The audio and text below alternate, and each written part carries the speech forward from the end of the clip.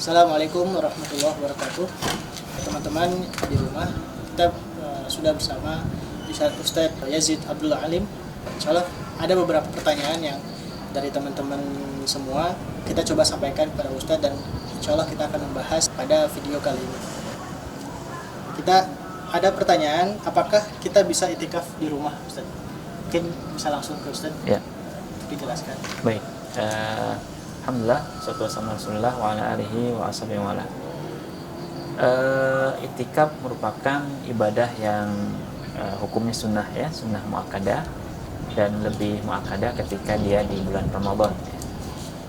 Itikaf boleh dilakukan di kapan saja ya. Dan yang paling afdol adalah itikaf di 10 hari terakhir bulan Ramadan. Karena Nabi SAW kata Ummul Mukminin Aisyah sebagaimana riwayat Imam Bukhari ya, karena ya'takifu al-ashrul awakhir min Ramadan hatta tawaffahullah.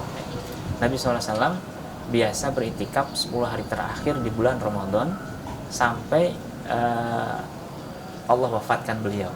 Kemudian setelah itu istri-istri beliau i'tikaf ya, sepeninggal beliau di 10 hari bulan Ramadan juga.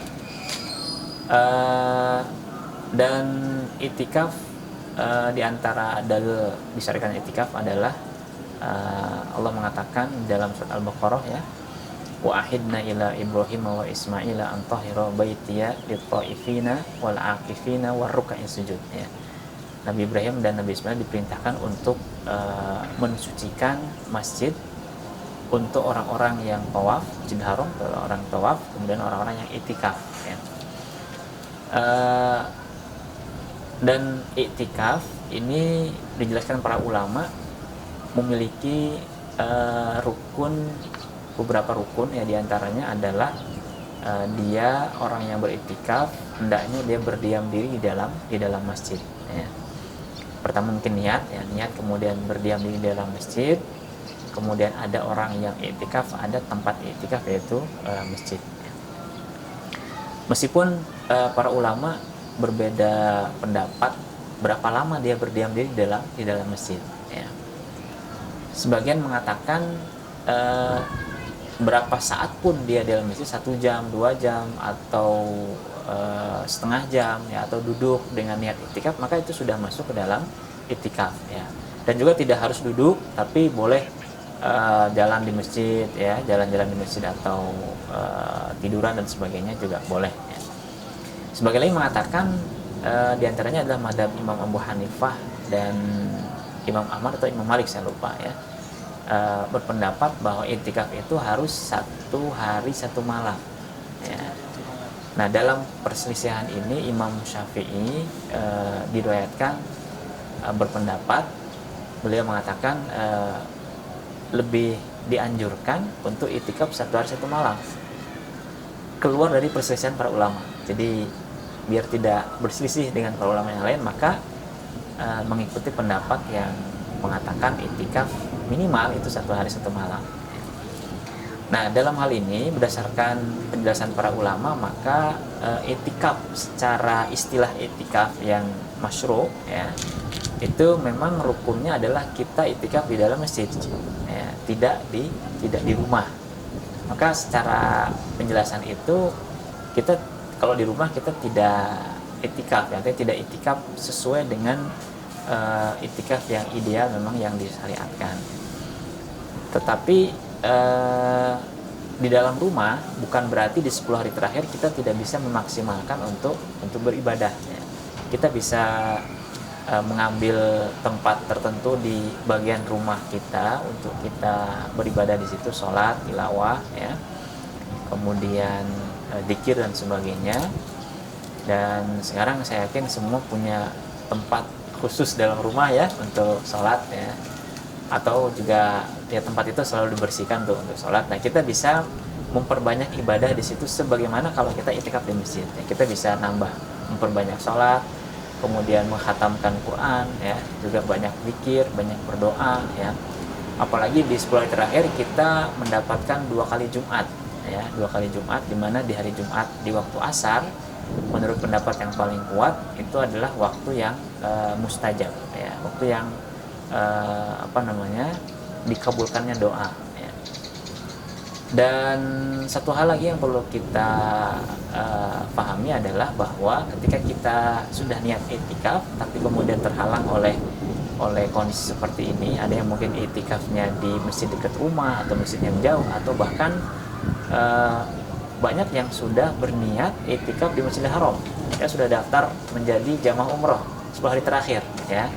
Qadarullah dengan kondisi seperti ini semua tidak bisa terlaksana, dan mudah-mudahan pahalanya tetap kita mendapatkan pahala daripada i'tikaf meskipun kita di dalam rumah, ya. Apalagi kalau terbiasa setiap tahun i'tikaf, maka mudah-mudahan kita terhitung i'tikaf meskipun kita sekarang di rumah, karena ada halangan, ya. Karena Nabi SAW bersabda ketika beliau dalam satu perjalanan perang, ya, saya lupa perangnya perang apa, entah itu perang Tabuk atau perang yang lainnya. Nabi mengatakan di Madinah ada orang-orang yang dia tidak bersama kita, ya, dia tidak bersama kita, tapi dia fisiknya tidak bersama kita, cuma bersama kita, menurun di lembah bersama kita, berjalan bersama kita, ya, yaitu mereka orang-orang yang punya uzur. Atau kama qala Rasulullah SAW, saya agak lupa lafaz hadisnya. Nah, dalam menjelaskan hadis ini, Syekh Muhammad bin Shalih Al-Utsaimin mengatakan bahwa hadis ini menyatakan seseorang tetap mendapatkan ibadah dari satu pahala ibadah yang biasa dia lakukan dalam kondisi sehat, kondisi lapang, lalu sekarang dia dalam kondisi sakit atau uzur tidak bisa melaksanakannya, ya. Seperti sholat berjamaah, sholat Jumat, i'tikaf setiap tahun melaksanakan, sekarang terhalang dengan terbiasa itu dan sudah niat, insya Allah dia tetap mendapatkan pahala ibadah tersebut ketika dia laksanakan dalam kondisi sehat, ya. Karena ada hadis Nabi juga yang mengatakan yang lafadznya sorih dalam hal itu, ya, saya agak lupa, itu riwayat Imam Bukhari kalau tidak salah, ya. Jadi kita yang sekarang ini di 10 hari terakhir yang tidak berkesempatan i'tikaf di masjid, maka kita bisa memperbanyak ibadah di dalam rumah, ya. Tetap juga memperbanyak doa 10 hari terakhir, Allahumma innaka afuwun tuhibbul afwa fa'fu anni, ya. Atau bisa juga kita sempatkan ke masjid barang beberapa waktu, sejam 2 jam, mengikuti pendapat sebagian para ulama yang mengatakan bahwa itu sudah masuk ke dalam i'tikaf. Jadi kita bisa menyempatkan 1 jam 2 jam di dalam masjid sambil tilawah misalnya dengan niat i'tikaf. Insya Allah mudah-mudahan itu sudah dihitung kita i'tikaf di dalam masjid, ya. Alhamdulillahirrahmanirrahim. Demikian penjelasan dari Ustadz tentang i'tikaf. Mudah-mudahan bisa menjawab pertanyaan dari teman-teman semua.